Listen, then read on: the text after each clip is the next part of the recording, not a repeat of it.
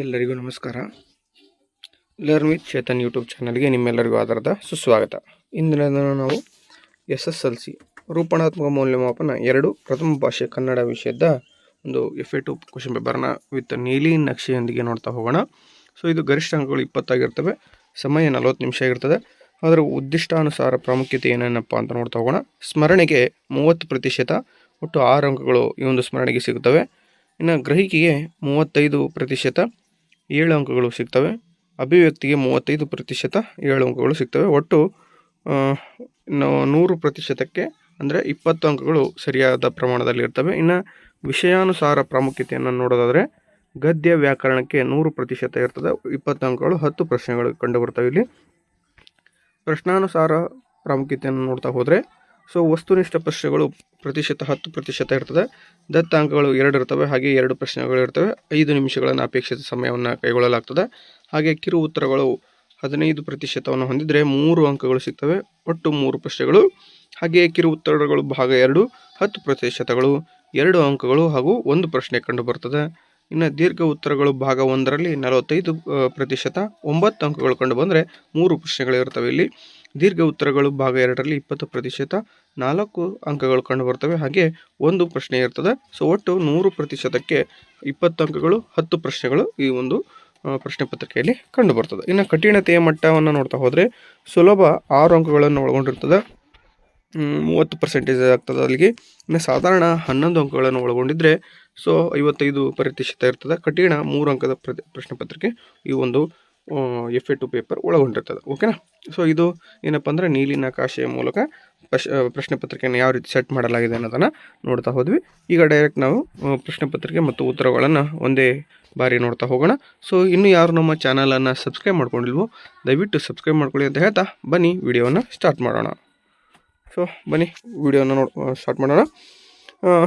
ಒಂದು ವಾಕ್ಯದಲ್ಲಿ ಅದಕ್ಕಿಂತ ಮುಂಚೆ ಇಲ್ಲಿ ಮಲ್ಟಿಪಲ್ ಚಾಯ್ಸ್ ಪ್ರಶ್ನೆಗಳು ಕಂಡು ಬರ್ತವೆ. ವಿದ್ಯಾರ್ಥಿಗಳು ಪರೀಕ್ಷೆಯನ್ನು ಬರೆದಾರು, ಈ ವಾಕ್ಯವು ಅಂತ ಕೇಳ್ತಾನೆ. ಆಪ್ಷನ್ ಎ ನಿಷೇಧಾರ್ಥಕ, ವಿದ್ಯಾರ್ಥಕ, ಆಪ್ಷನ್ ಬಿ, ಆಪ್ಷನ್ ಸಿ ಸಂಭವನಾರ್ಥಕ, ಆಪ್ಷನ್ ಡಿ ಸಾಮಾನ್ಯಾರ್ಥಕ. ಸೊ ಇಲ್ಲಿ ಆನ್ಸರ್ ಸಂಭವನಾರ್ಥಕ ಅಂತ ಇದೆ. ಯಾಕಪ್ಪ ಅಂದ್ರೆ ಬರೆದಾರು, ಬರೆಯಬಹುದು ಅಥವಾ ಬರೆದೇನೋ ಇರಬಹುದು, ಸಂಭವನೀಯತೆಯನ್ನು ಹೇಳ್ತಾ ಇದ್ದಾನೆ.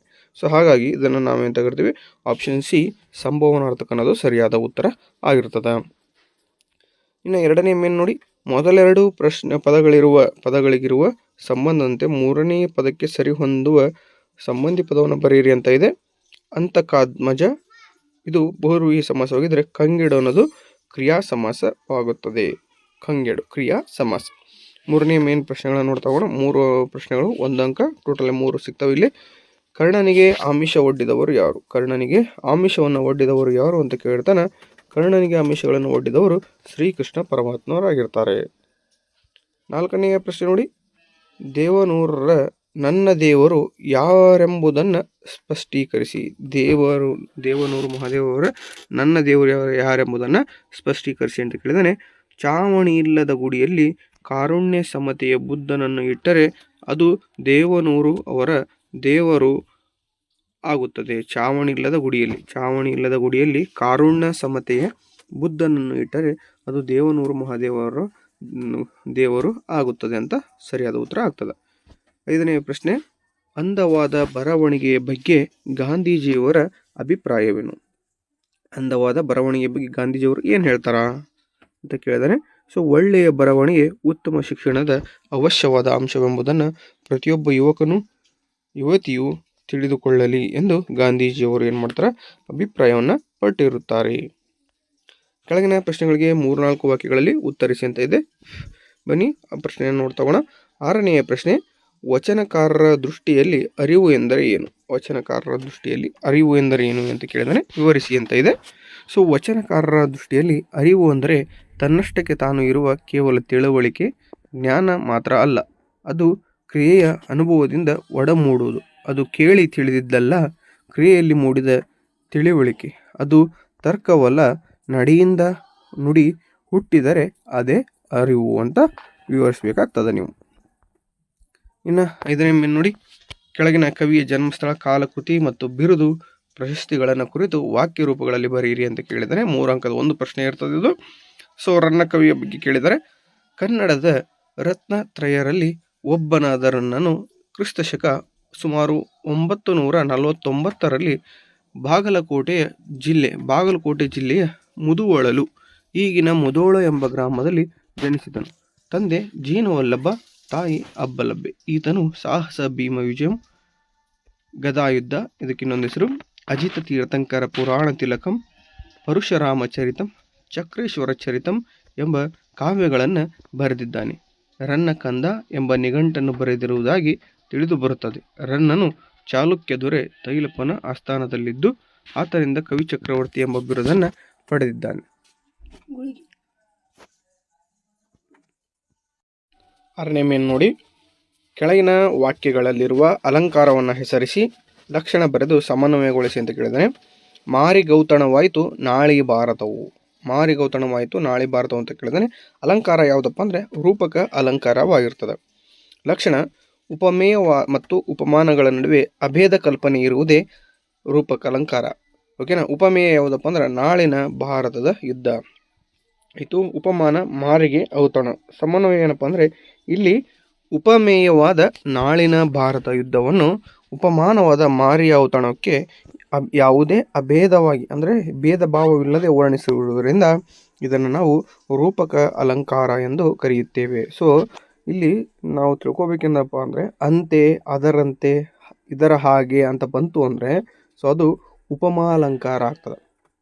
ಉದಾಹರಣೆಗೆ ಸೀತೆಯ ಮುಖ ಕಮಲದಂತೆ ಅರಳಿತು. ಕಮಲದಂತೆ, ಕಮಲವೇ ಅಲ್ಲ, ಕಮಲದಂತೆ ಅಂತೆ ಅಂತ ಬಂತು ಅಂದರೆ ಅದು ಏನಪ್ಪ ಅಂದರೆ ಉಪಮಾಲಂಕಾರ ಆಗ್ತದೆ. ಆದರೆ ಇಲ್ಲಿ ಇನ್ನೊಂದು ಹೇಳೋದಾದರೆ ಸೀತೆಯ ಮುಖ ಕಮಲವೇ ಆಗಿದೆ ಅಂತ ಅಂದರೆ ಇದು ಏನಾಗ್ತದೆ, ರೂಪಕಲಂಕಾರ ಆಗ್ತದೆ. ಓಕೆನಾ. ಹಾಗೆ ಮಾರಿಗೆ ಔತಣವಾಯಿತು ನಾಳಿ ಭಾರತವು ಅಂತ ಅಂದರೆ ಇದು ರೂಪಕ ಅಲಂಕಾರ ಆಗುತ್ತದೆ. ಓಕೆನಾ. ಕೆಳಗಿನ ವಾಕ್ಯ ಅಥವಾ ಹೇಳಿಕೆಗೆ ಸಂದರ್ಭ ಮತ್ತು ಸ್ವಾರಸ್ಯಗಳನ್ನು ಬರೆಯಿರಿ ಅಂತ ಕೇಳ್ತಾನೆ. 9ನೇ ಪ್ರಶ್ನೆ ನೋಡಿ, ಮಾದರಿಯಲ್ಲೊಂದು ಮಂತ್ರದೊಳಿಬ್ಬರು ಉದಿಸಿದರು. ಓಕೆನಾ. ಮಾದರಿಯಲ್ಲೊಂದು ಮಂತ್ರದೊಳಿಬ್ಬರು ಉದಿಸಿದರು ಅಂತ ಇದೆ. ಸೊ ಆಯ್ಕೆ ಏನಪ್ಪ ಅಂದ್ರೆ ಈ ವಾಕ್ಯವನ್ನು ಕುಮಾರವ್ಯಾಸನು ರಚಿಸಿರುವ ಕರ್ನಾಟ ಭಾರತ ಕಥಾಮಂಜರಿ ಎಂಬ ಮಹಾಕಾವ್ಯದಿಂದ ಆಯ್ದ ಕೌರವೇಂದ್ರನ ಕೊಂದೆ ನೀನು ಎಂಬ ಪದ್ಯ ಭಾಗದಿಂದ ಆರಿಸಲಾಗಿದೆ. ಸಂದರ್ಭ ಏನಪ್ಪ ಅಂದ್ರೆ ಕೃಷ್ಣನು ಪಾಂಡವ ಕೌರವರ ನಡುವೆ ಸಂಧಿ ಮಾಡಲು ಹೋಗಿ ವಿಫಲನಾಗಿ ಹಿಂದಿರುಗುವಾಗ ಕರ್ಣನನ್ನು ಜೊತೆಯಲ್ಲಿ ಕರೆದುಕೊಂಡು ಬಂದು ಮೈದುರತನದ ಸರಸದಲ್ಲಿ ಮಾತನಾಡಿಸುವ ಸಂದರ್ಭದಲ್ಲಿ ಈ ಮಾತನ್ನು ಕರ್ಣನು ಕೃಷ್ಣನಿಗೆ ಹೇಳುತ್ತಾನೆ. ಸ್ವಾರಸ್ಯ, ಶ್ರೀಕೃಷ್ಣನು ಕರ್ಣನಿಗೆ ಆತನ ಜನ್ಮ ವೃತ್ತಾಂತವನ್ನು ತಿಳಿಸುತ್ತಾ ಪ್ರತಿಯೊಬ್ಬ ಪಾಂಡವರ ಜನ್ಮ ವೃತ್ತಾಂತದ ಬಗ್ಗೆ ವಿವರಿಸುವುದು ಶ್ರೀಕೃಷ್ಣನ ಈ ಮಾತಿನಲ್ಲಿ ಸ್ವಾರಸ್ಯಪೂರ್ಣವಾಗಿ ವ್ಯಕ್ತವಾಗಿದೆ. ಕೊಟ್ಟಿರುವ ಪ್ರಶ್ನೆಗಳಿಗೆ 8 ವಾಕ್ಯಗಳಲ್ಲಿ ಉತ್ತರವನ್ನು ಬರೆಯಿರಿ ಅಂತ ಕೇಳಿದರೆ 10ನೇ ಪ್ರಶ್ನೆ ನೋಡಿ, ನಾಲ್ವಡಿ ಕೃಷ್ಣರಾಜ ಒಡೆಯರ ಕಾಲದಲ್ಲಿ ಮಾದರಿ ಮೈಸೂರು ರಾಜ್ಯವಾದ ಬಗ್ಗೆಯನ್ನು ವಿವರಿಸಿ ಅಂತ ಕೇಳಿದ್ದಾನೆ. 1902 ಆಗಸ್ಟ್ 8ನೇ ತಾರೀಕಿನಿಂದ ಮೈಸೂರು ರಾಜ್ಯದ ನೇರ ಉಸ್ತುವಾರಿ ಪಡೆದ ನಾಲ್ವಡಿ ಕೃಷ್ಣರಾಜ ಒಡೆಯರು ಆಗ ದಿವಾನರಾಗಿದ್ದ ಸರ್ ಕೆ ಶೇಷಾದ್ರಿ ಅಯ್ಯರ್ ಅವರ ಸಹಕಾರದೊಡನೆ ಮೈಸೂರು ರಾಜ್ಯದ ಸರ್ವತೋಮುಖ ಅಭಿವೃದ್ಧಿಗೆ ಕಂಕಣಬದ್ಧರಾದರು.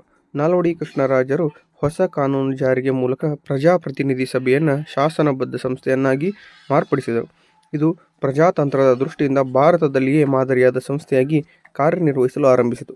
ಮೇಲ್ಮನೆಯ ರೀತಿಯಲ್ಲಿ ಕಾರ್ಯನಿರ್ವಹಿಸುವ ನ್ಯಾಯ ವಿಧೇಯಕ ಸಭೆಯನ್ನು ಸಹ ಸ್ಥಾಪಿಸಿದರು. ಸ್ಥಳೀಯ ಸಂಸ್ಥೆಗಳನ್ನು ರಚಿಸಿ ಆಡಳಿತ ವಿಕೇಂದ್ರೀಕರಣಕ್ಕೆ ಅನುವು ಮಾಡಿಕೊಟ್ಟರು.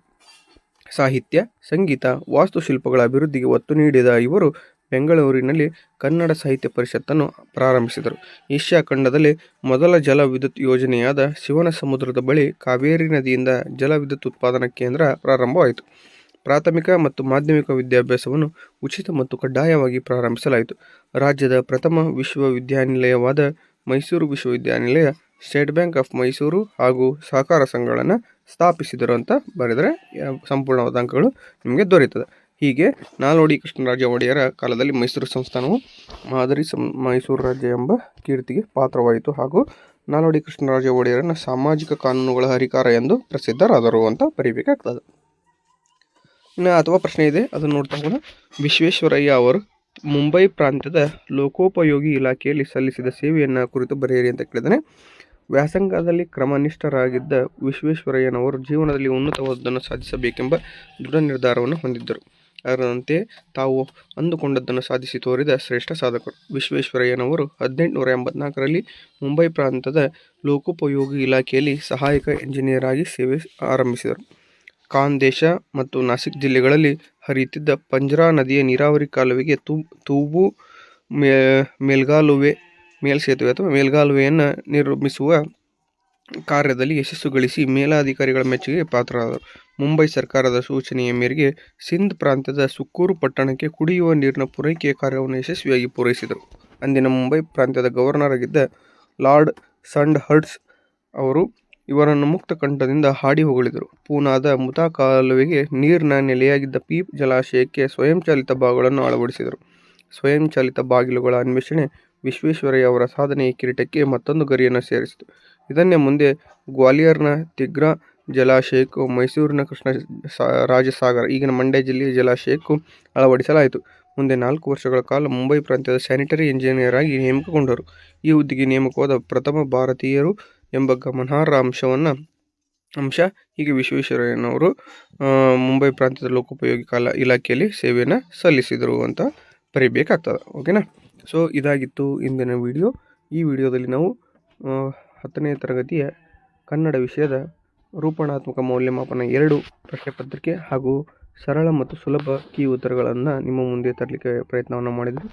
ಈ ಒಂದು ವಿಡಿಯೋ ನಿಮಗೆ ಇಷ್ಟ ಆಗಿದ್ದರೆ ದಯವಿಟ್ಟು ಲೈಕ್ ಮಾಡಿ, ಶೇರ್ ಮಾಡಿ, ಕಮೆಂಟ್ ಮಾಡಿ, ಹಾಗೆ ಸಬ್ಸ್ಕ್ರೈಬ್ ಮಾಡ್ಕೊಳ್ಳೋದನ್ನು ದಯವಿಟ್ಟು ಮರಿಬೇಡಿ. ನಿಮ್ಮ ಫ್ರೆಂಡ್ಸ್ಗೆ ಶೇರ್ ಮಾಡಿ, ಅವ್ರಿಗೂ ಕೂಡ ಸಬ್ಸ್ಕ್ರೈಬ್ ಮಾಡ್ಕೊಳ್ಳೋಕ್ಕೆ ತಿಳಿಸಿ ಅಂತ ಹೇಳ್ತಾ ಇಷ್ಟೊತ್ತು ವಿಡಿಯೋ ನೋಡಿರ್ತಕ್ಕಂಥ ನಿಮ್ಮೆಲ್ಲರಿಗೂ ಕೂಡ ಧನ್ಯವಾದಗಳನ್ನು ತಿಳಿಸಲಿಕ್ಕೆ ಇಷ್ಟಪಡ್ತೇನೆ. Thank you so much.